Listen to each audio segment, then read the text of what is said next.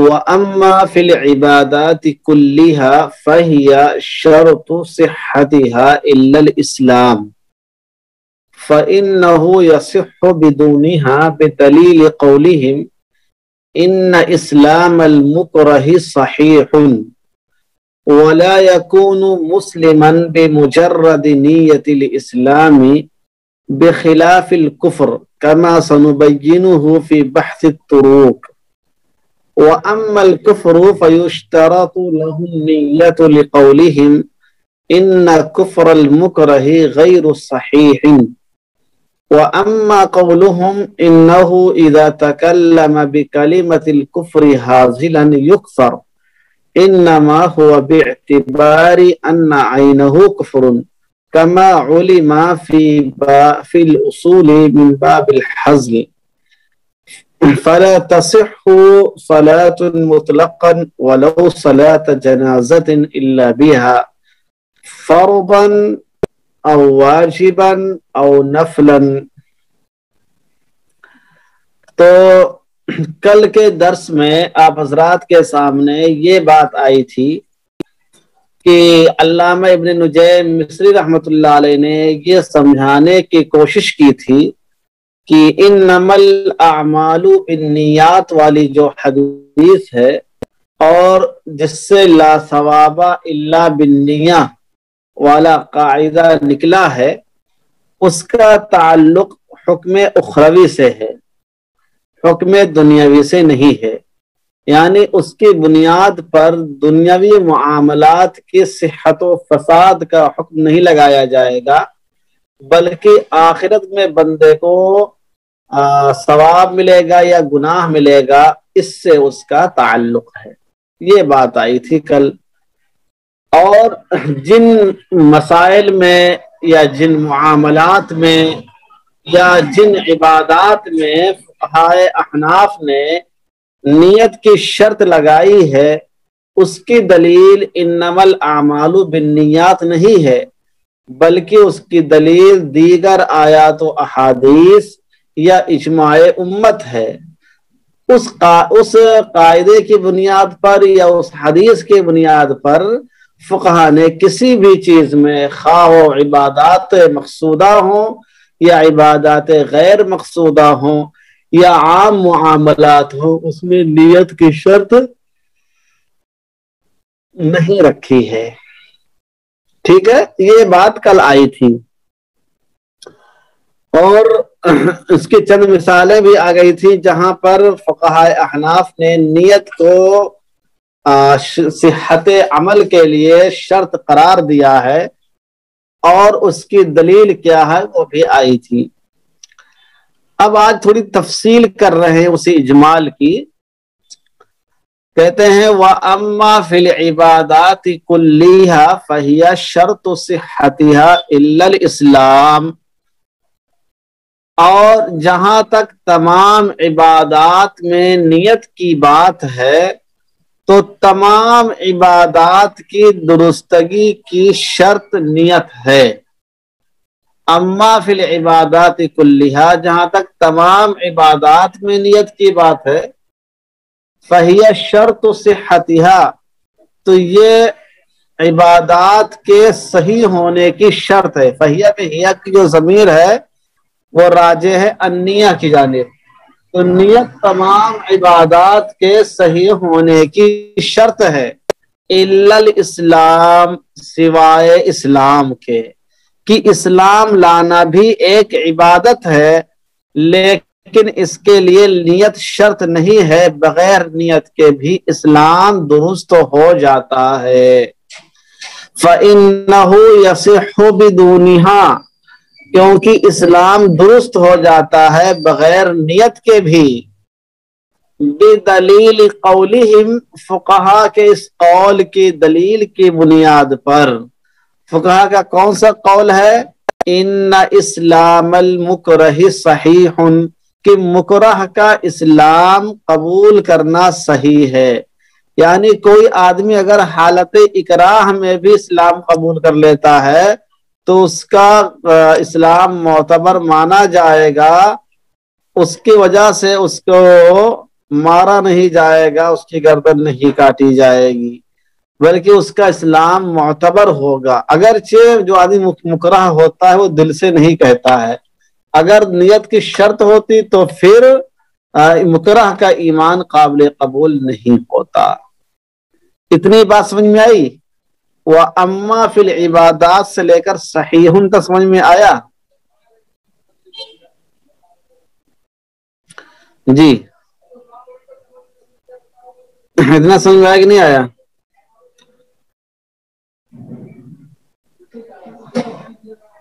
اور لوگ بتائیں۔ عطا اللہ کو سمجھ میں آیا، شیخ جسیم الدین کو سمجھ میں آیا، محمد عمار کو بھی سمجھ میں آیا۔ اچھا، اب انہوں نے یہاں پر دلیل کے طور پر جو بات لکھی ہے وہ لکھی ہے فقہا کے قول کو، یعنی فقہا کے قول کو انہوں نے دلیل کے طور پر پیش کیا، سمجھ رہے ہیں؟ فقہا کے قول کو دلیل کے طور پر پیش کیا، تو اس سے معلوم ہوتی ہے کہ فقہا کے جو قول ہیں وہ بھی ایک حد تک دلیل ہوتے ہیں۔ اسی لیے ہم لوگ وَالدَّلِيلُ عَلَى مَا قُلْنَا جب لکھتے ہیں تو اس کے نیچے بعض اوقات صرف فقہ حنفی کے فقہا کے اقوال بھی ذکر کر دیتے ہیں۔ اب بہت سے لوگ کہتے ہیں کہ آپ کہتے ہیں وَالدَّلِيلُ عَلَى مَا قُلْنَا، نیچے کوئی حدیث اور آیت ہوتی ہی نہیں ہے، فقہا کے اقوال ہوتے ہیں، تو ان کو سب سے پہلے علامہ ابن نجیم مصری سے پوچھنا چاہیے کہ آپ فقہا کے قول کے لیے دلیل کیوں استعمال کرتے ہیں۔ ایک بات تو یہ ہو گئی۔ دوسری بات یہ ہے کہ فقہا نے جو یہ بات کہی ہے ان اسلام المکرہ صحیح، یہ اپنے من سے نہیں کہی ہے، بلکہ حدیث مبارکہ سے بھی اس کی تائید ہوتی ہے۔ حدیث مبارکہ میں ایک مشہور واقعہ ذکر ہوا ہے کہ ایک صحابی نے ایک کافر پر قابو پا لیا اور اس کی گردن جدا کرنا چاہ رہے تھے جب تک اس نے کلمہ پڑھ لیا، پھر بھی انہوں نے اس کی گردن مار دی تو حضور صلی اللہ علیہ وسلم نے بڑی ناراضگی جتلائی اور فرمایا ہلا شققت قلبہ، کیا تم نے اس کا دل چیر کر دیکھا تھا؟ تو اس سے معلوم یہ ہوا کہ اکراہ کی حالت میں دل کا اعتبار ہم نہیں کریں گے، جو آدمی زبان سے کہہ رہا ہے اس کا ہم اعتبار کر لیں گے، ٹھیک ہے؟ تو ان اسلام المکرہ صحیح، مکرہ کا اسلام صحیح ہے، یہ حدیث سے بھی بات معلوم ہوتی ہے۔ تو خلاصہ نکل کر یہ آیا کہ تمام عبادات کے لیے نیت کا ہونا شرط ہے، البتہ اسلام ایک ایسی عبادت ہے کہ اس کا اسلام قبول کرنے کے لیے اگر کسی کے دل میں نیت نہ ہو تو بھی ہم قضاءً اس کو مومن مانیں گے۔ اب دیانتاً وہ آدمی مومن ہوگا کہ نہیں ہوگا یہ اس کے درمیان اور اللہ کے درمیان معاملہ ہے، فیما بینہ و بین اللہ، اللہ تعالیٰ کو معلوم ہے کہ اس آدمی نے دل سے ایمان قبول کیا ہے یا ایسے ہی کیا ہے، تو وہ اللہ تعالیٰ کا معاملہ ہے، ظاہری طور پر ہم اس کو مومن مانیں گے۔ اتنی بات سمجھ میں آئی؟ جی، الا الاسلام کا جو استثناء کیا اس کی وجہ سمجھ میں آئی کہ نہیں آئی؟ اس کی دلیل واضح ہوئی؟ اب دیکھیے کیا کہتے ہیں، وَلَا يَكُونُ مُسْلِمًا بِمُجَرَّدِ نِيَّةِ الْإِسْلَامِ بِخِلَافِ الْكُفْرِ، اور کوئی بھی شخص مسلمان نہیں ہوگا صرف اسلام کی نیت کر لینے سے، اسلام کی نیت کر لینے سے کوئی آدمی مسلمان نہیں ہوگا جب تک کہ وہ آدمی زبان سے بھی کلمہ ادا نہ کر لے، جب تک کہ وہ آدمی زبان سے بھی کلمہ ادا نہ کر لے۔ وَلَا يَكُونُ مُسْلِمًا بِمُجَرَّدِ نِيَّةِ الْإِسْلَامِ، کوئی کافر شخص مسلمان نہیں ہوگا صرف اسلام کی نیت کر لینے سے، بخلاف الکفر، برخلاف کفر کے، کہ اگر کوئی آدمی کافر ہونے کی نیت کر لے تو کافر ہو جائے گا، کوئی آدمی اگر کفر کی نیت کر لے تو وہ کافر ہو جائے گا، لیکن اسلام کی نیت کر لے تو اس سے مسلمان نہیں ہوگا۔ کما سنبینہ فی بحث الطروق، جیسا کہ طروق کے بحث میں ہم اس کی مزید تفصیل کریں گے۔ اسی قاعدے میں آخر میں طروق کی بحث آ رہی ہے، وہاں پر اس جملے کی مزید تشریح آئے گی کہ کافر مسلمان صرف نیت سے کیوں نہیں ہوگا اور مسلمان صرف نیت سے کافر کیوں ہو جاتا ہے، اس کی تفصیل اسی کتاب میں آگے آ رہی ہے، اس لیے یہاں تفصیل پیش کرنے کی ضرورت نہیں ہے۔ ٹھیک ہے، یہاں تک بات واضح ہو گئی۔ کہتے ہیں وَأَمَّا الْكُفْرُ فَيُشْتَرَطُ لَهُ النِّيَّةُ، جہاں تک کی بات نیت کا ہونا شرط ہے، مسلمان ہونے کے لیے نیت تو شرط نہیں ہے، لیکن کفر کے لیے نیت ہونا شرط ہے، کافر ہونے کے لیے نیت ہونا شرط ہے۔ لِقَوْلِهِمْ، فقہا کے اس قول کی بنیاد پر، ان کفر المکرہ غیر صحیح، مکرہ کا کفر غیر صحیح ہوتا ہے، یعنی غیر معتبر ہوتا ہے۔ اگر کوئی آدمی اکراہ کی وجہ سے کلمہ کفر منہ سے نکال دے تو اس اکراہ کی بنا پر کلمہ کفر نکالنے سے وہ آدمی کافر نہیں ہوگا، وہ آدمی کافر نہیں ہوگا، سمجھ رہے ہیں؟ اس لیے کہ کافر ہونے کے لیے نیت کا ہونا ضروری ہے، بغیر نیت کے کوئی کافر نہیں ہوگا۔ بات سمجھ میں آئی کہ نہیں آئی؟ ارے بات واضح ہو رہی۔ وَأَمَّا الْكُفْرُ، جہاں تک کفر کی بات ہے، فَيُشْتَرَطُ لَهُ النِّيَّةُ، تو کفر کے لیے نیت کا ہونا شرط ہے، حالانکہ کفر کوئی عبادت نہیں ہے، حالانکہ کفر کوئی عبادت نہیں، لیکن اس کے لیے پھر بھی نیت شرط ہے، اس لیے کہ فقہاء نے فرمایا ہے کہ مکرہ کا کفر غیر معتبر ہوتا ہے۔ اکراہ کی حالت میں اگر کوئی آدمی یہ کلمہ کفر کہہ دیتا ہے تو اس کا اعتبار نہیں ہوگا، تو اس کا اعتبار نہیں ہوگا۔ بات سمجھ میں آئی کہ نہیں آئی؟ یہاں تک بات ہو گئی۔ اب اس کے انہوں نے جو دلیل پیش کی ہے وہ فقہاء کے قول سے لکھا ہے، حالانکہ اس کی دلیل قرآن مجید سے بھی معلوم ہوتی ہے، قرآن مجید سے بھی اس کی دلیل معلوم ہوتی ہے کہ إِلَّا مَنْ أُكْرِهَ وَقَلْبُهُ مُطْمَئِنٌ بِالْإِيمَانِ، ہے نا؟ قرآن مجید میں آیت ہے کہ جس شخص کو کلمہ کفر کہنے پر مجبور کیا جائے اور اس کا دل اپنے ایمان پر مطمئن ہو تو پھر وہ آدمی کافر نہیں ہوگا باقی، بلکہ اپنے اسلام پر باقی رہے گا۔ تو آیت سے بھی اس بات کی جانب اشارہ معلوم ہوتی ہے، اشارہ معلوم ہوتا ہے کہ کفر کے لیے نیت کا ہونا شرط ہے۔ اب اگر کوئی آدمی اکراہ کی نیت میں کفر کی نیت ہی سے جملہ کہہ دیتا ہے تو پھر کافر ہو جائے گا، وہ سمجھے، پھر وہ مومن باقی نہیں رہے گا۔ وَقَلْبُهُ مُطْمَئِنٌ بِالْإِيمَانِ ہونا چاہیے۔ تو یہ بات ہوئی کہ اسلام کے لیے تو نیت شرط نہیں ہے، اس کی دلیل حدیث مبارکہ ہے، اور کفر کے لیے نیت شرط ہے، اس کی دلیل کیا ہے؟ آیت مبارکہ ہے، اس کی دلیل کیا ہے؟ آیت مبارکہ ہے۔ تو یہاں تک بات سمجھ میں آئی کہ نہیں؟ ان کفر المکرہ غیر صحیح تک کے بات سمجھ میں آئی۔ آج کے درس میں جو باتیں آئی ہیں ان میں 3 باتیں آئی۔ ایک بات تو یہ ہے کہ تمام عبادات کے لیے نیت شرط ہے علاوہ اسلام کے، حالانکہ اسلام بھی ایک عبادت ہے لیکن اس کے لیے نیت شرط نہیں ہے، اس لیے کہ حدیث مبارکہ سے یہ بات معلوم ہوتی ہے کہ بغیر نیت کے بھی اسلام معتبر ہو جاتا ہے۔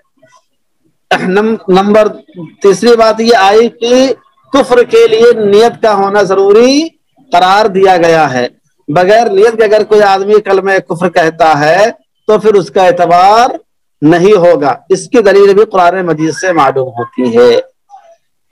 اب ایک بات اور ذہن میں آتی ہے، ایک اشکال ہو سکتا ہے آپ کے ذہن میں، وہ اشکال نقل کر رہے ہیں، اس کا جواب دے رہے ہیں۔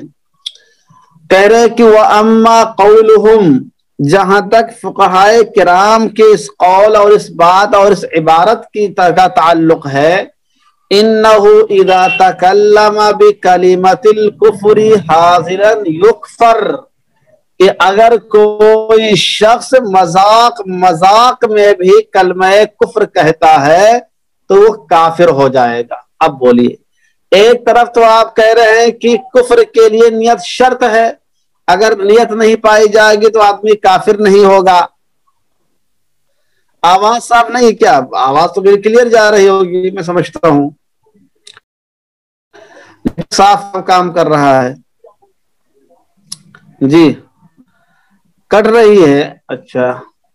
اب دیکھیے، تو ایک طرف تو آپ نے یہ کہا ہے کہ کفر کے لیے نیت شرط ہے، اور دوسری جانب فقہا کا یہ قول موجود ہے انہ اذا تکلم بکلمۃ الکفر حاضلا یکفر، کہ اگر کوئی آدمی کلمہ کفر کہہ دیتا ہے مذاق میں تو بھی وہ کافر ہو جائے گا۔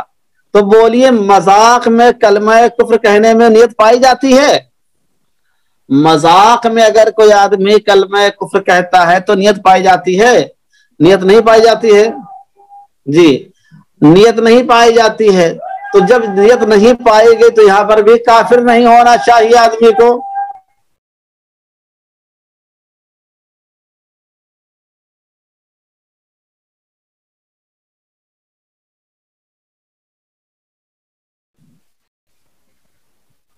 ہاں تو آواز آئی؟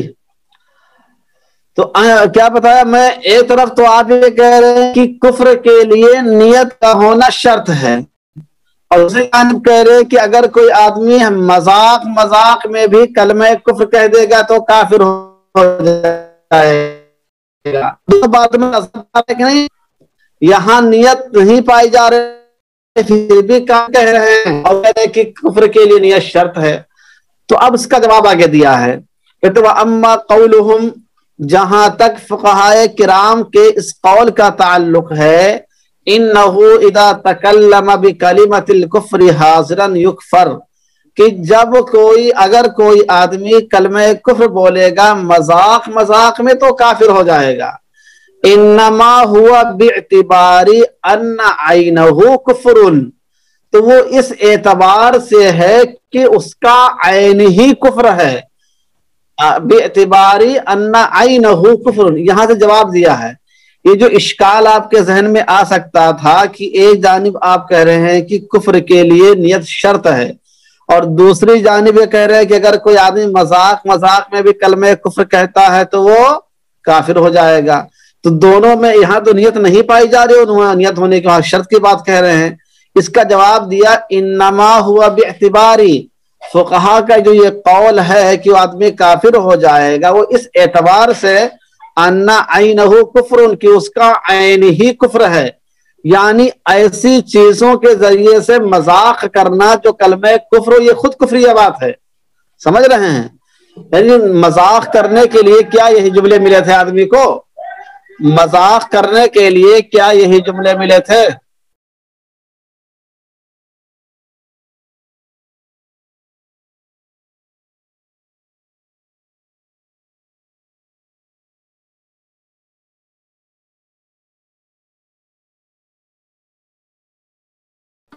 ہاں آواز بند کر دی تھی، وہ سبزی والا کے چلا رہا تھا بلا وجہ۔ تو ہاں آواز آئی صاف؟ جی تو کیا بتایا؟ انما ہوا باعتباری، فقہا کا یہ جو جملہ ہے وہ اس اعتبار سے ہے ان عینہ کفر، کہ اس کا عین ہی کفر ہے، یعنی ایسے جملے مذاق میں بولنا خود کفر کی ایک بات ہے، سمجھ رہے ہیں؟ یعنی اللہ کے نام کے ساتھ مذاق کرنا، رسول کے نام کے ساتھ مذاق کرنا، قرآن کے ساتھ مذاق کرنا، حدیث کے ساتھ مذاق کرنا، اور صحابہ کے بارے میں مذاق والی بات کہنا، اور جنت دوزخ کے بارے میں کہنا، ایسے جملے استعمال کرنا جو کفریہ ہوں، وہی مذاق کے لیے ملے ہیں۔ تو کہا یہ خود ہی ایک ایسا جرم ہے جو خود کفر والا ہے۔ بات سمجھ میں آئی؟ باعتبار ان عینہ کفر، کہ یہ نفس مذاق ہی خود کفر ہے۔ بات سمجھ میں آئی کہ نہیں آئی؟ کما علم فی الاصول من باب الحزل، جیسا کہ اصول کی کتابوں میں حزل کے بحث میں اس کی تفصیل آ چکی ہے۔ تو یہ جملے خود ایسے ہیں، یا یہ خود اللہ رسول کے ساتھ مذاق کر رہا ہے، خود کفر بتایا گیا ہے۔ قل اتستہزئون باللہ، قرآن میں ہے نا، کیا اللہ کے ساتھ مذاق کرتے ہو؟ تو اللہ کے ساتھ جو آدمی مذاق کرتا ہو، نبیوں کے ساتھ مذاق کرتا ہو، پیغمبروں کے لیے مذاق کے جملے بولتا ہو، تو یہ خود کفر ہے۔ تو یہاں اس کفریہ بات کی وجہ سے نہیں، بلکہ خود ان کے ساتھ مذاق کرنا کفر کی بات بتائی گئی ہے، اس بنا پر آدمی کافر ہو جاتا ہے، نہ کہ نیت کی بنا پر۔ میں سمجھتا ہوں کہ بات بالکل واضح ہو گئی ہوگی۔ بات بالکل واضح ہوئی کہ نہیں ہوئی؟ اب فقہا نے جو شرط والی بات وہاں کہی تھی اور یہاں جو یہ حاصلن والی بات کہی، اب دونوں درمیان کی تضاد باقی نہیں رہا، اب دونوں میں کوئی تضاد باقی نہیں ہے۔ یہ دیکھیں بہت اہم نقطے ہیں، اس سے آپ کو اندازہ لگانا چاہیے کہ فقہ حنفی میں کتنی گہرائی سے باتیں لی گئی ہیں، ایسے کوئی سرسری بات نہیں کہی گئی ہے، سمجھ رہے ہیں؟ ایک چیز کی ہندی کی چندی کر دی گئی ہے۔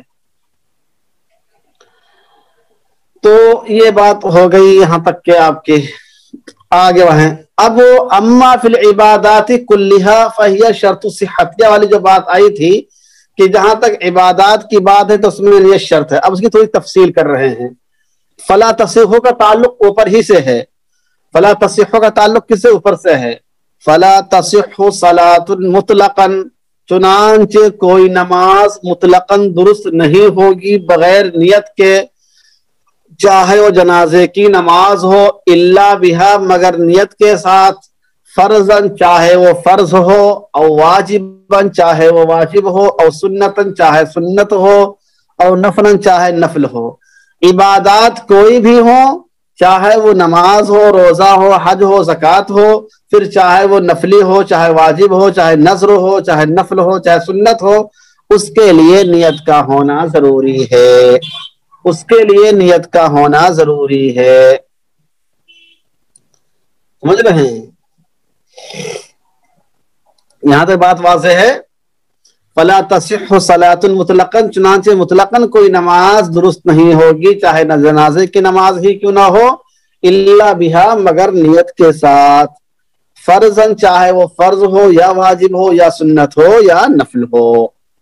آگے دیکھیے، وَإِذَا نَوَى قَطْعَهَا لَا يَخْرُجُ عَنْهَا إِلَّا بِمُنَافٍ، ایک اہم مسئلہ ہمیں بتایا انہوں نے کہ اگر کوئی آدمی نماز کو قطع کرنے کی نیت کر لیتا ہے، وَإِذَا نَوَى قَطْعَهَا، اگر کوئی آدمی نماز کو قطع کرنے کی، ختم کرنے کی نیت کر لیتا ہے، کھڑا کھڑا نیت کر لیا کہ نماز نہیں پڑھ رہا ہوں میں، لا يخرج عنها، تو وہ آدمی نماز سے خارج نہیں ہوگا، وہ آدمی نماز سے نہیں نکلے گا، الا بمنافٍ، مگر ایک ہی کوئی ایسا عمل پایا جائے جو منافی صلاۃ ہو، الا بمنافٍ، مگر کوئی ایسا عمل پایا جائے جو منافی صلاۃ ہو۔ یعنی اگر کوئی آدمی نماز میں کھڑا ہے، نماز پڑھتے پڑھتے اس کو یہ سوچ رہا ہے کہ چلو نماز کو ختم کر دیتے یہیں سے، سمجھ رہے ہیں، نماز کو چلو یہیں سے ختم کر دیتے ہیں، نہیں پڑھیں گے، ایسے نیت خالی کر لیا، تو صرف نیت کر لینے سے کوئی آدمی نماز سے نہیں نکلے گا، صرف نیت کر لینے سے نماز سے آدمی نہیں نکلے گا، جب تک کہ کوئی ایسا عمل نہ پایا جائے جو منافی صلاۃ نہ ہو، جو منافی صلاۃ نہ ہو۔ اگر منافی صلاۃ عمل ہوگا، جیسے آدمی قبلے سے منحرف ہو گیا، یا کسی کو دور سے سلام کر دیا، یا واٹس ایپ نکال کے چیک کرنے لگا موبائل، یا کسی سے فون پہ بات کرنے لگا، تو یہ چیزیں ایسی ہیں جو منافی صلاۃ ہیں، ان سے تو آدمی نکل جائے گا۔ یعنی کوئی عمل کثیر کرے یا کوئی ایسا جو نماز کے لیے منافیت تو نکلے گا، صرف نیت کر لینے سے کوئی آدمی اس سے خارج نہیں ہوگا۔ آگے دیکھیں ایک بات اور انہوں نے بتائی ہے، کہاں گیا، وَلَوْ نَوَى الْإِنْتِقَالَ عَنْهَا إِلَى غَيْرِهَا، اور اگر کوئی آدمی ایک نماز سے دوسری نماز کی جانب منتقل ہونے کی نیت کر لے تو اس کے لیے دو شرطیں ہیں۔ فَإِنْ كَانَتِ الثَّانِيَةُ غَيْرَ الْأُولَى، اگر دوسری والی نماز یعنی جس کی جانب منتقل ہو رہا ہے، غیر الاولی، پہلی والی نماز یعنی جس کو پڑھ رہا تھا اس کے علاوہ ہو تو وہ منتقل ہو جائے گا، وَشَرَعَ بِالتَّکْبِیر، اور تکبیر تحریمہ سے شروع کرے تو ہو جائے گا، سارا منتقلاً تو منتقل ہو جائے گا، وَإِلَّا فَلَا، ورنہ منتقل نہیں ہوگا۔ یہاں پر انہوں نے دو باتیں بتائی ہیں. ایک بات یہ بتائی کہ اگر کوئی آدمی نماز پڑھتے پڑھتے سوچے کہ میں صرف نیت کے ذریعے سے عمل کو ختم کرنا چاہے تو نیت کے ذریعے سے عمل کو ختم نہیں کر سکتا ہے. یعنی کسی آدمی سے نماز میں کھڑا ہوا ہے اور سوچ رہا کہ میں نماز نہیں پڑھ رہا ہوں، نماز کو ختم کر دیا، تو اس وقت تک کہ یہ آدمی نماز سے خارج نہیں ہوگا جب تک کہ کوئی منافی صلاۃ عمل نہ پایا جائے. جب تک کہ کوئی منافی صلاۃ عمل نہ پایا جائے. الاصل بقاء ما کان علی ما کان کے اعتبار سے جو اس پر باقی اس پر باقی رہے گا جب تک کہ کوئی منافی صلاۃ عمل نہ پایا جائے. جب منافی صلاۃ عمل پایا جائے گا تو خارج ہوگا. مسئلہ تو یہ بتایا ہے کہ اس میں صرف نیت سے آدمی باہر نہیں نکلا، صرف نیت کر دینے سے آدمی باہر نہیں نکلے گا. دوسری بات یہ بتائی ہے، یہ اس کا تعلق سب طرق سے ہے. ابھی طرق میں ساری باتیں پھر شاید آئیں گی. ان کا تعلق ہے طرق چھوڑنے سے تعلق ہے، ان کا کرنے سے تعلق نہیں تعلق ہے. طرق کی آخر میں آ رہی ہے، لیکن مسئلہ آگے تو سمجھا بتا دیتے ہیں یہاں پہ. دوسرا مسئلہ یہ بتایا کہ اگر کوئی آدمی ایک نماز پڑھ رہا ہے اور اس نماز سے سوچے کہ دوسری نماز پڑھ لیتا ہوں. مثال کے طور پر کوئی آدمی عصر کے آدھا گھنٹے کے بعد مسجد پہنچا، جماعت ہو چکی تھی. اب آدمی اللہ اکبر کہہ کے نیت باندھ لیا. اب اس کو یاد آیا کہ ظہر کی نماز بھی میں نے نہیں پڑھی آج، میں نے ظہر کی نماز بھی آج نہیں پڑھی ہے، تو اس کو ظہر کی نماز بنا لیتے ہیں. نماز میں کھڑے ہی کھڑے کیا سوچ رہا ہے کہ ابھی تو میں نے نیت باندھی تھی عصر کی، چلو اس کو ظہر کی نماز بنا لیتے ہیں اور پھر اس کے بعد عصر والی پڑھ لیں گے. تو کیا صرف نیت کر لینے سے منتقل ہو جائے گا، جو عصر کے بجائے ظہر ہو جائے گی نماز؟ یا اس نے یہ سوچا کہ چلو فرض کی نماز ہم پڑھ رہے تھے، ارے سنت میں یہ پڑھ لینا چاہیے جب ٹائم ابھی باقی ہے اور نماز ویسے بھی ہماری چھوٹ گئی، جماعت چھوٹ گئی ہے، تو پہلے چلو 4 رکعت فرض پڑھ لیتے. تو سوچ رہا ہے کہ چلو اسی کو نفل بنا لے، اسی کو سنت بنا لیتے ہیں، سنت پڑھنے کے بعد پھر ہم فرض پڑھ لیں گے.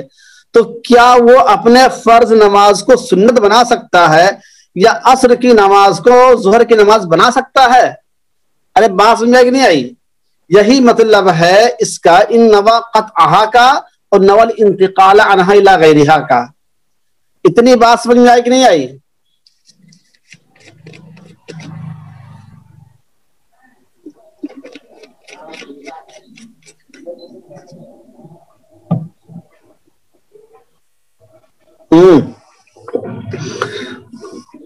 اور بولیے ابراہیم خان وسیع الدین، اتنی بات سمجھ میں آئی؟ ان نوا قطعہ کا مطلب یہ کہ نماز کے دوران ہی سوچ رہا ہے کہ اس نماز کو ختم کر دیتے، نہیں پڑھیں گے بعد میں پڑھ لیں گے. اور ان نول انتقالہ کا مطلب یہ ہے کہ یہ نماز پڑھتے ہے یا تو اس کو نفل بنانا چاہ رہا ہے یا سنت بنانا چاہتا ہے یا دوسری نمازیں پڑھنا چاہتا ہے. اس کا مسئلہ انہوں نے بتایا ہے کہ وَإِن نَوَا قَطْعَهَا، اگر کوئی آدمی نماز کو ختم کرنے کی نیت کر لیتا ہے، لا يخرج عنہا، تو نماز سے خارج نہیں ہوگا، نہیں نکلے گا یہاں تک کہ کوئی منافی صلاۃ عمل کر لے.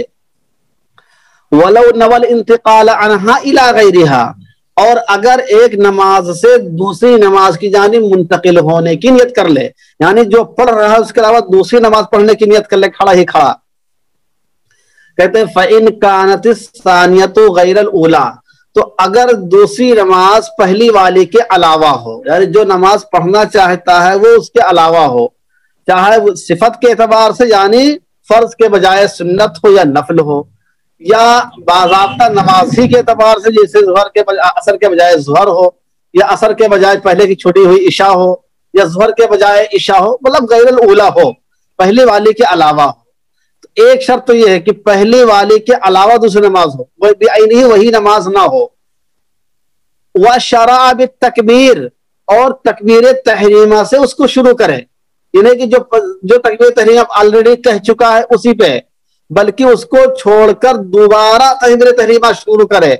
صار منتقلا، تو پھر یہ منتقل ہو جائے گا، یعنی بغیر منافی صلاۃ عمل کیے بھی آدمی یہاں پر منتقل ہو سکتا ہے. لیکن دو شرطیں ہیں، ایک شرط یہ کہ بعینہ وہی نماز نہ ہو بلکہ دوسری نماز ہو، دوسری شرط یہ ہے کہ تکبیر تحریمہ سے شروع کیا ہو تو منتقل ہو جائے گا. وَإِلَّا فَلَا، ورنہ منتقل نہیں ہوگا.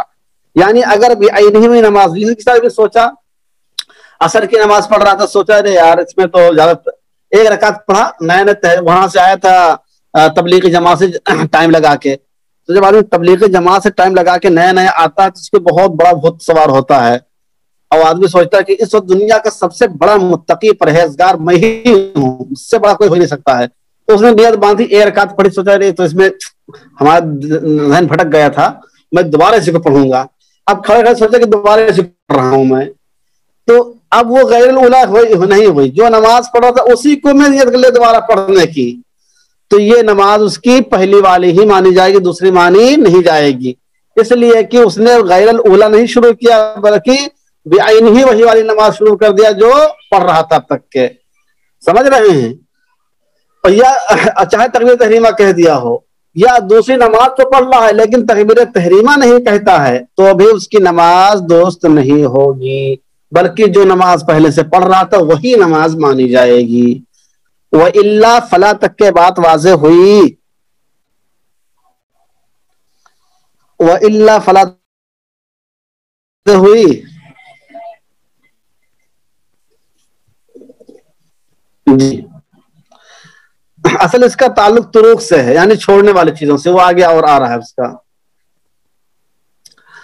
چلیے یہ بات ہو گئی، تو اب آگے ایک مسئلہ بتا رہے ہیں، وَلَا يَصِحُّ اقتداء بِإِمَامٍ إِلَّا بِنِيَّةٍ، اور کسی امام کی اقتداء کرنا درست نہیں ہے مگر نیت کے ساتھ، یعنی اقتداء کے لیے امام کی نیت کرنا ضروری ہے کہ میں اس امام کے پیچھے نماز پڑھ رہا ہوں، یعنی مقتدی کے لیے ضروری ہے کہ وہ اقتداء کی نیت کرے۔ وَلَا يَصِحُّ اقتداء بِإِمَامٍ، اور اقتداء کرنا درست نہیں ہے کسی امام کی، جی ہاں غیر الاولیٰ ہو اور دوبارہ تکبیر کہتے تو درست ہوگی، دونوں میں سے ایک بھی شرط فوت ہوگی تو دوسری والی نماز نہیں مانی جائے گی، پہلی والی ہی مانی جائے گی۔ کیا گیا؟ وَلَا يَصِحُّ اقتداء بِإِمَامٍ إِلَّا بِنِيَّةٍ، اور اقتداء درست نہیں ہے کسی امام کی مگر نیت کے ساتھ، یعنی اگر کوئی آدمی نیت کرے گا کہ میں فلاں امام کے پیچھے نماز پڑھ رہا ہوں تبھی اس کی نماز ہوگی، ورنہ اس کی نماز جماعت والی نہیں مانی جائے گی، اس کی اقتداء درست ہی نہیں ہوگی، سمجھ رہے ہیں؟ وَتَصِحُّ الْإِمَامَةُ بِدُونِ نِيَّتِهَا، اور امامت درست ہو جاتی ہے بغیر نیت کے بھی، یعنی امام کے لیے مقتدیوں کو نماز پڑھانے کی نیت کرنا ضروری نہیں ہے، لیکن مقتدیوں کے لیے ضروری ہے کہ وہ امام کی اقتداء کی نیت کریں، بات واضح؟ امام کے لیے ضروری نہیں ہے کہ وہ مقتدیوں کو نماز پڑھانے کی نیت کرے، لیکن مقتدیوں کے لیے ضروری ہے کہ وہ امام کے اقتداء کی نیت کریں، اتنا مطلب نکلا اس کا۔ وَلَا يَصِحُّ اقْتِدَاءٌ بِإِمَامٍ إِلَّا بِنِيَّةٍ وَتَصِحُّ الْإِمَامَةُ بِدُونِ نِيَّتِهَا، اتنا سمجھ میں آیا کہ نہیں آیا؟ وَلَا يَصِحُّ اقْتِدَاءٌ بِإِمَامٍ إِلَّا بِنِيَّةٍ وَتَصِحُّ الْإِمَامَةُ بِدُونِ نِيَّتِهَا، اتنا سمجھ میں آیا کہ اقتداء درست نہیں ہے کسی امام کی مگر نیت کے ساتھ، یعنی مقتدی کو اقتداء کی نیت کرنا ضروری ہے کہ بھئی فلاں امام کے پیچھے نماز پڑھتا ہوں، لیکن امامت کے لیے نیت کی شرط نہیں ہے، امامت درست ہو جاتی ہے بغیر نیت کے شرط کے بھی۔ خلافاً للکرخی و ابی حفص الکبیر، برخلاف امام کرخی کے اور ابو حفص الکبیر کے کہ ان کے نزدیک امام کے لیے بھی امامت کی نیت کرنا ضروری ہے، جبکہ جمہور فقہا کے نزدیک نیت کرنا ضروری نہیں ہے، کما فی البنایا، جیسا کہ بنایا میں لکھا ہوا ہے۔ یہ صاحب کیا پوچھ رہے ہیں؟ اگر ایک رکعت پڑھ کر اس طرح کرے تو پہلی رکعت مانی جائے گی یا نہیں؟ پہلے والی رکعت باطل ہو جائے گی اگر دونوں شرطیں پائی جائیں گی تو، اگر دونوں میں سے کوئی شرط نہیں پائی جائے گی تو پہلی رکعت باطل نہیں ہوگی۔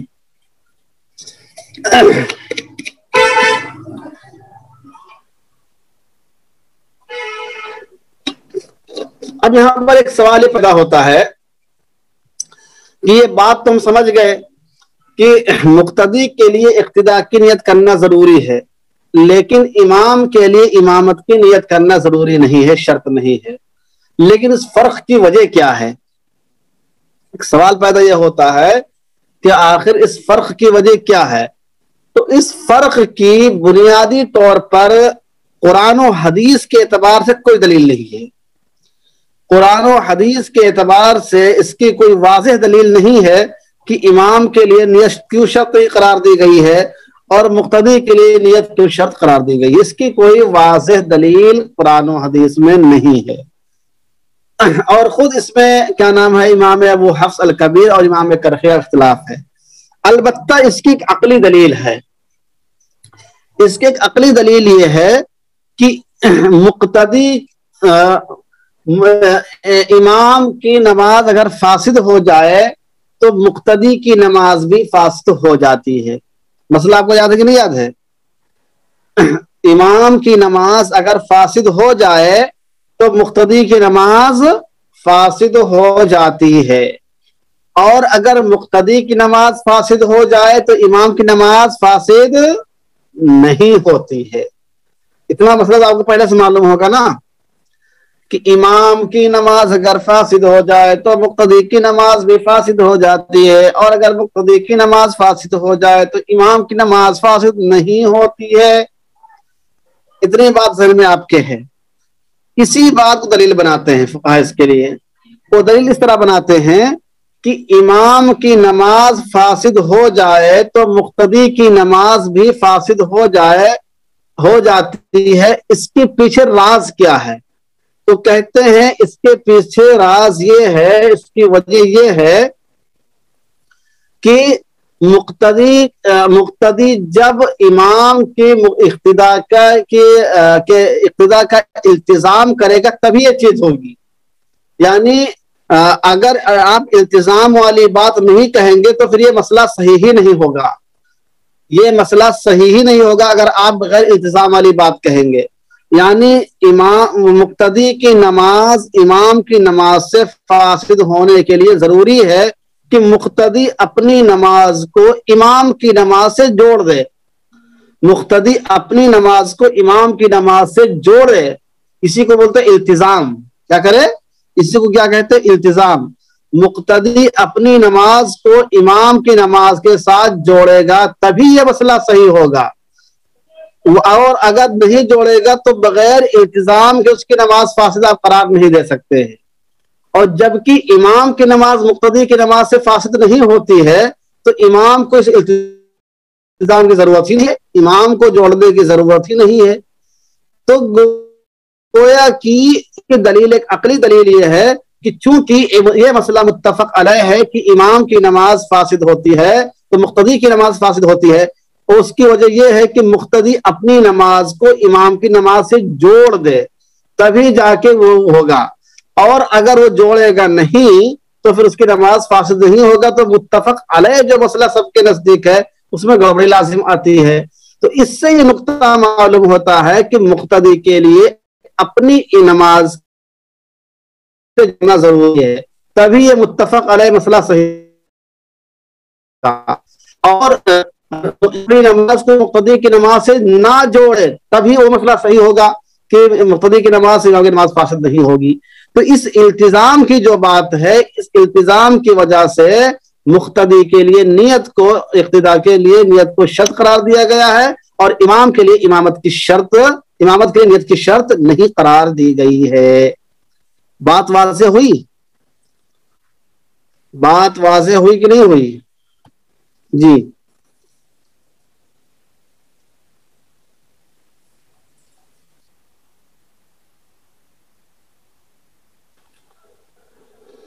اور بتائیے،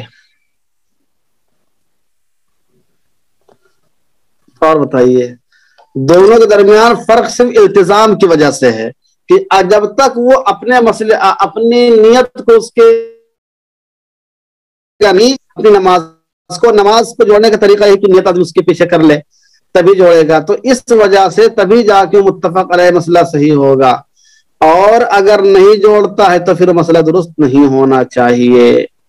اور امام کو چونکہ ضرورت اس کی نہیں ہوتی ہے، امام کے لیے مسئلہ دوسرا ہے۔ یہ ہو گئی آج کی بات۔ اب یہاں تک کہ ہو گئے کما فی البنایا، جیسا کہ بزبان الفاظ سے نیت کرنا کہاں تک صحیح ہے؟ جہاں تک آدمی کی جہالت صحیح ہے، سمجھ رہے ہیں؟ جہاں تک جہالت صحیح ہے، علماء کے لیے نیت کے بس ارادہ کافی ہے۔ جہلا چونکہ اپنے نماز پہ مطمئن نہیں ہو پاتے ہیں، اس لیے وہ الفاظ میں نیت کریں، سمجھ رہے ہیں نا؟ چلیے کہاں گیا؟ ابھی ہو گیا کما فی البنایا، ہو گیا بنایا میں جیسا لکھا ہوا ہے۔ الا صلی خلفہ نساء فإن اقتداءهن به بلا نیت الامام للامامت غیر صحیح، مگر ایک ہی امام کے پیچھے اگر عورتیں ہوں، مگر ایک ہی امام کے پیچھے اگر عورتیں ہوں، فإن اقتداءهن به، تو ان خواتین کا اس امام کی اقتداء کرنا، بلا نیت الامام للامامتی، امام کا امامت کی نیت کے بغیر، غیر صحیح، درست نہیں ہے۔ معلوم یہ ہوا کہ اگر پیچھے خواتین جنت ہیں تو امام کے لیے ضروری ہے کہ وہ ان کی امامت کی نیت کرے۔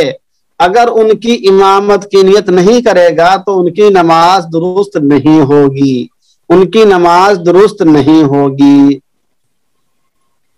سمجھ رہے ہیں؟ اب اوپر سے بات آ گئی ہے کہ مقتدی کے لیے نیت کرنا ضروری ہے اقتداء کی، لیکن امام کے لیے ضروری نہیں ہے۔ لیکن یہ مسئلہ کٹ رہا ہے، یہاں پر مسئلہ ہے کہ عورتوں کے لیے اقتداء کی نیت بھی کرنا ہے اور امام کو امامت کی نیت بھی کرنا ہے کہ میں عورتوں کو بھی نماز پڑھا رہا ہوں۔ اب دیکھیں عورتوں کا پاور کتنا زیادہ ہے۔ آپ لوگ کہتے ہیں کہ خواتین کا کوئی پاور نہیں ہے، خواتین کمزور ہیں، صنف نازک ہیں۔ ارے صنف نازک نہیں، صنف قوی ہے۔ یہ امام کی حالت میں نے بدل دی اور کہا کہ امام جب تک ہماری نماز کی نیت نہیں کرے گا ہم لوگ کی نماز صحیح نہیں ہوگی، اس کو کرنا پڑے گا۔ بہرحال اس سے یہ بات معلوم ہوتی ہے کہ امام جو ہے وہ خواتین کی امامت کی نیت کرے گا تبھی ان کی نماز درست ہوگی، خواتین کی ورنہ نہیں ہوگی۔ اس کی وجہ کیا ہے؟ اس کی وجہ یہ ہے کہ ایک مسئلہ محاذات مرأہ کا، کیا محاذات مرأہ کا، یعنی عورت اگر کسی آدمی کے محاذات میں آ جائے تو اس مرد کی نماز فاسد ہو جاتی ہے۔ تو یہ نماز فاسد کیوں ہوگی؟ تو نماز کیوں فاسد ہوگی؟ کیسے فاسد ہوگی؟ عورت مرد کی نماز محاذات مرأہ میں آنے سے فاسد ہو جاتی ہے۔ تو امام جو ہوتا ہے وہ مرد کا بھی امام ہوتا ہے، عورتوں کا بھی امام ہوتا ہے۔ اگر وہ عورت کی امامت کی نیت نہیں کرے گا تو یہ مسئلہ پیدا ہی نہیں ہوگا، اور یہ مسئلہ فقہائے احناف کے متفق علیہ ہے۔ محاذات مرأہ والا مسئلہ فقہائے احناف کے ہاں متفق علیہ ہے، اس لیے امام کو کی نیت کرنا ضروری ہے کہ اس کا فساد بغیر التزام کے نہ ہو، بغیر التزام کے نہ ہو۔ گویا کہ یہ التزام ایک طرف سے عورتوں سے بھی جوڑ رہا ہے، ایک طرف سے مردوں کو بھی جوڑ رہا ہے۔ یہ التزام یعنی جب امامت کی نیت عورتوں کی کرے گا مقتدی امام جب عورتوں کی امامت کی نیت کرے گا تو گویا اس نے مردوں کو بھی جوڑ لیا اور عورتوں کو بھی اپنے سے جوڑ لیا۔ اب یہ عورت و مرد جب محاذات میں تو نماز فاسد ہوگی، کیا خیال؟ اور اگر ان کی امامت کی نیت نہیں کرے گا تو ان کی نماز الگ مانی جائے گی، ان کی نماز الگ مانی جائے گی، تو پھر یہ التزام والی بات پیدا ہی نہیں ہوگی۔ تو محاذات مرأہ والی بات کو سامنے رکھتے ہوئے یہ چیز قرار دی گئی ہے تاکہ فساد جو لازم آ رہا ہے وہ بغیر التزام کے نہ ہو۔ لیکن ظاہر سی بات ہے یہ کوئی بہت زیادہ مضبوط دلیل تو اس کو آپ کہہ نہیں سکتے ہیں، اس کو آپ کوئی بہت زیادہ مضبوط دلیل تو کہہ نہیں سکتے کہ ان کے فاسد ہونے کی بنا پر، بس یہ کہہ سکتے ہیں کہ فقہائے احناف نے اپنے خاص اصولوں کے مد نظر یہ بات کہی ہے، ورنہ اس کے اندر بھی نہیں ہونا چاہیے۔ کوئی بہت مضبوط یہ بات نہیں ہے، کوئی بہت مضبوط دلیل نہیں ہے جس کی بنا پر خواتین کی امامت کی نیت لازم قرار دی جائے، لیکن چونکہ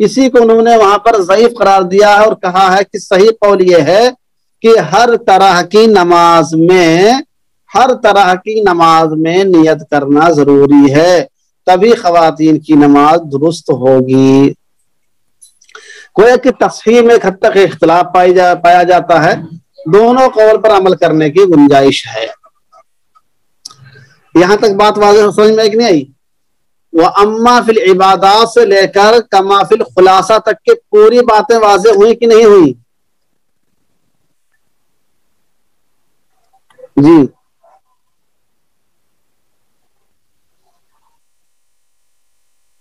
اچھا، اور بتائیں محمد قاسم خان، اور بتائیں۔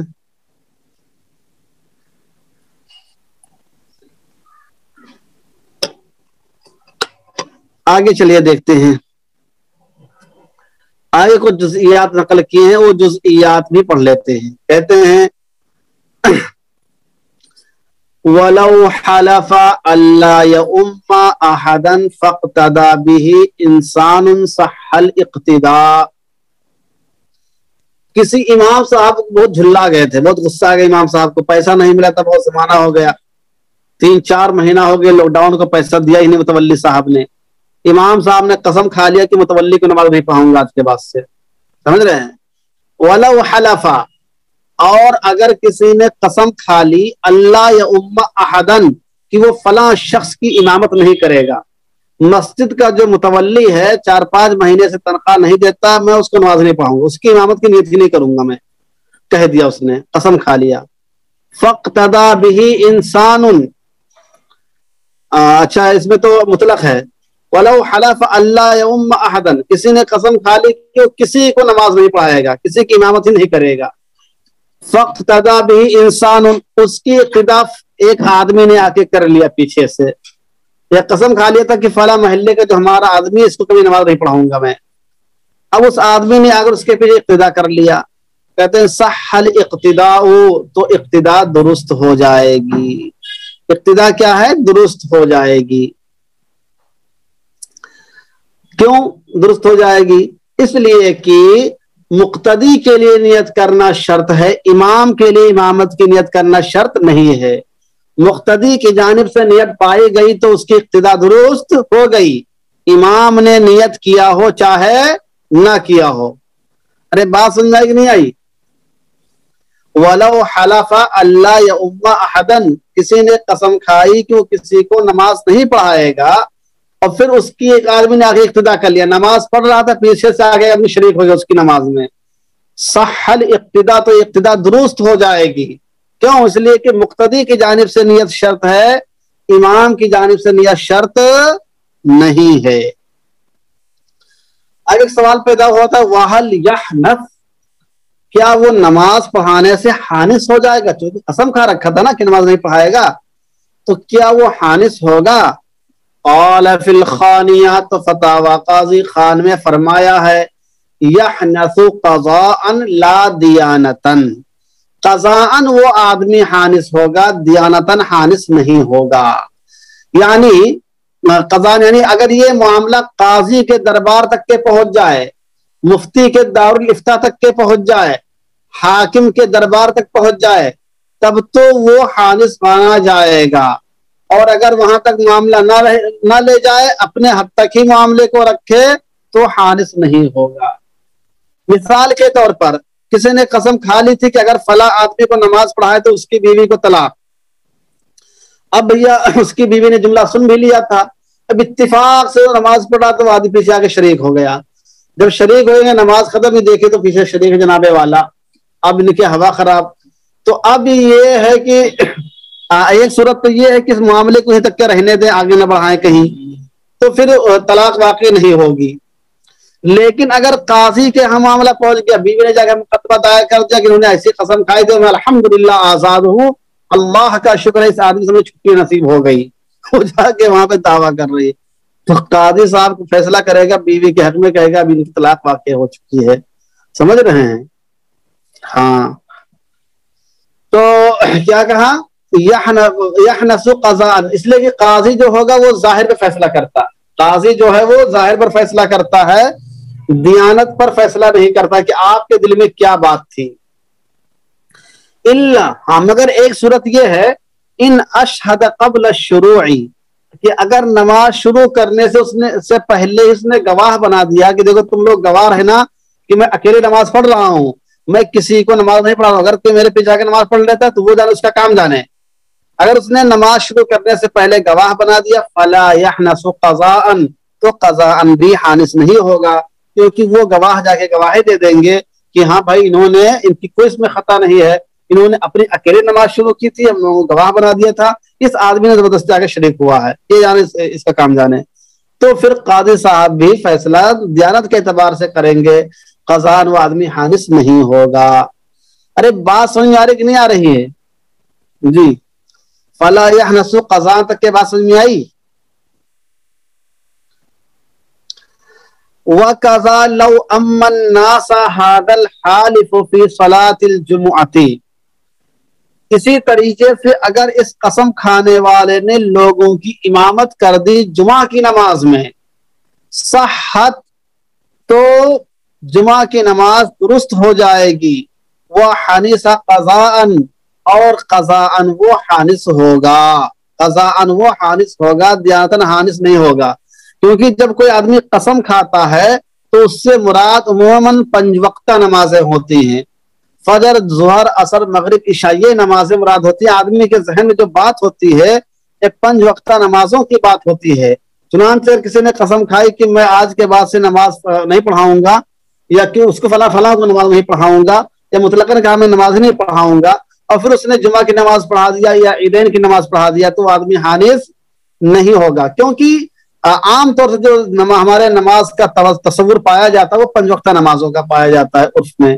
اس بنا پر انہوں نے کہا ہے کہ اگر اسی قسم کھانے والے نے لوگوں کی امامت کر دی فی صلاۃ الجمعہ, جمعہ کی نماز میں, صحت تو نماز تو درست ہو جائے گی, امامت درست ہو جائے گی, وہ حانس قضاء لیکن قضاء حانس ہوگا. اگر خدا نخواستہ جمعہ کی بھی نیت کر لی ہو تو پھر قضاءً اور دیانتاً دونوں طرح حانس ہو جائے گا. اگر اس نے دونوں طرح کی نیت کی ہے تو پھر قضاء اور دیانتاً دونوں طرح حانس ہو جائے گا. سمجھ رہے ہیں؟ یہ مسئلہ ہو گیا. ولا يحنس اصلا, اور یہ قسم کھانے والا بالکلیہ حانس نہیں ہوگا, اصلا بالکلیہ, یہ بالکلیہ حانس نہیں ہوگا. اذا امہم فی صلاۃ الجنازہ وسجدۃ التلاوہ, اگر یہ لوگوں کی امامت کرے نماز جنازہ میں اور سجدہ تلاوت میں, کیونکہ یہ نماز ہے ہی نہیں, یہ کیا ہے اصلا صلاۃ کاملہ نہیں ہے. صلاۃ کاملہ 5 وقتہ نمازیں ہوتی ہیں, یہ صلاۃ کاملہ نہیں ہے. اس لیے نماز کے دائرے میں جب آدمی قسم کھاتا ہے تو یہ داخل نہیں ہوں گے. اس لیے اگر نماز جنازہ پڑھا دیتا ہے تو وہ آدمی حانس نہیں ہوگا. یہ کتنے باریک مسائل ہیں اور کتنے باریک جزئیات ہیں. اگر آپ یہ سب کتابیں نہیں پڑھیں گے تو دیکھیں کتنے باریک مسائل آپ کے ذہن میں کبھی آئیں گے ہی نہیں. تو اس طرح کی چیزیں لوگ آ کے پوچھتے کہ کسی نے قسم کھا لے کہ نماز نہیں پڑھائیں گے اور جنازے کی نماز نہیں پڑھا سکتے ہیں. اب آپ بغیر جھانکیں گے, بتاؤ کہ اس کو مسئلہ کیا بتائیں. ایک طرف اس آدمی نے قسم کھا رکھا ہے کہ نماز نہیں پڑھائیں گے, اور جنازے کی نماز موجود پڑھانے والا نے کیا کریں گے, تو کہیں گے بھائی ولا يحنس اصلا اذا امهم في صلاة الجنازة وسجدة التلاوة, جنازے کی نماز اگر یہ قسم کھانے والا پڑھا دیتا ہے یا سجدہ تلاوت میں لوگوں کی امامت کر دیتا ہے تو پھر یہ آدمی حانس نہیں ہوگا. سجدہ تلاوت میں امامت کی کیا صورت ہوگی, یعنی اجتماعی طور پر قرآن پاک پڑھا جا رہا تھا یا بیٹھے سب لوگ سن رہے تھے, اور اس آدمی نے آگے بڑھ کے سجدہ کیا, سب نے اس کے ساتھ سجدہ کر لیا. اسی کو بولتے ہیں سجدہ تلاوت میں امامت کر دینا. سمجھ رہے ہیں؟ یعنی سجدہ تلاوت سب نے ایک ساتھ کیا, اس کی ابتدا میں سب نے کر لیا, اس سے پہلے اس نے کیا, اس کو دیکھتے سب سجدے میں چلے گئے. تو یہ ہے سجدہ تلاوت میں امامت. بات سمجھ میں آئی کہ نہیں آئی؟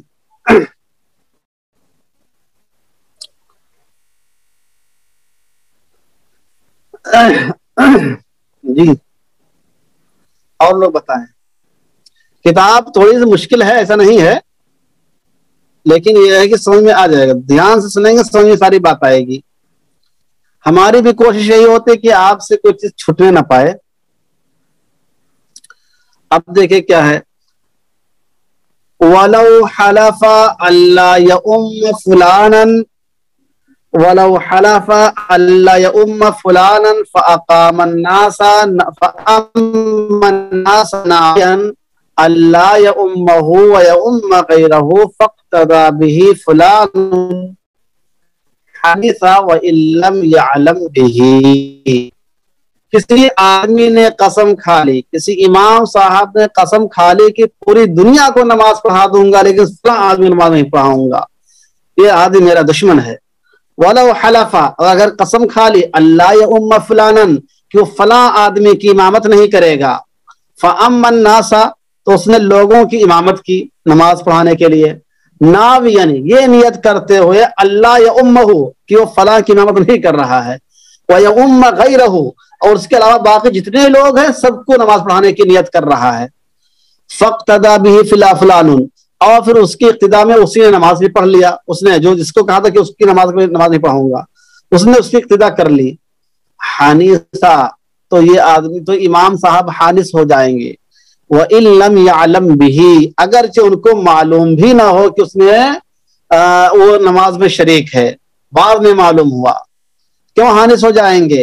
اس لیے کہ امام کے لیے امامت کی نیت کرنا شرط ہی نہیں ہے، تو ان کی بات کی کوئی وجہ نہیں ہے۔ مقتدی کے لیے نیت کرنا شرط ہے، اس نے کر لیا اس کی نماز ہو گئی، انہوں نے نہیں کیا تو یہ حارث ہو جائیں گے، لیکن یہ بھی قضاء دیانت حارث نہیں ہوں گے، قضاء نہیں حارث ہوں گے، یہ اوپر مسئلہ آ چکا ہے۔ اللہ کی گواہ بنا لیا ہو تو دیانتن اور قضاء دونوں اعتبار سے حارث نہیں ہوں گے۔ مسئلہ سمجھ میں آیا؟ اگر کسی نے قسم کھائی کہ وہ فلاں آدمی کی امامت نہیں کرے گا، پھر اس نے لوگوں کو نماز پڑھائی یہ نیت کرتے ہوئے کہ فلاں نہیں کر رہا ہے اور اس کے علاوہ جتنے کی امامت کر رہا ہے، پھر اس آدمی نے بھی اس کی اقتداء کر لی تو امام صاحب حانث ہو جائیں گے، قسم کھانے والے حانث ہو جائیں گے، اگرچہ ان کو اس کی اقتداء کا علم بھی نہ ہو۔ سمجھ رہے ہیں؟ کیوں؟ اس لیے کہ اقتداء کے لیے مقتدی کی نیت کافی ہے، امام کی نیت کی ضرورت نہیں ہوتی ہے، تو اقتداء ہو گئی یہ حانث ہو جائیں گے، لیکن یہ بھی قضاءً حانث ہوں گے، دیانتاً حانث نہیں ہوں گے۔ قاضی کے یہاں معاملہ پہنچے گا تو وہ ظاہر پر دیکھتے ہوئے فیصلہ کرے گا، البتہ فیما بینہ و بین اللہ جو ہے وہ معاملہ اللہ کے سپرد ہوگا۔ ہاں یہ قضاءً واجب ہے، تو اگر آج کے دور میں کوئی مفتی سے مسئلہ پوچھے، ہاں مفتی جو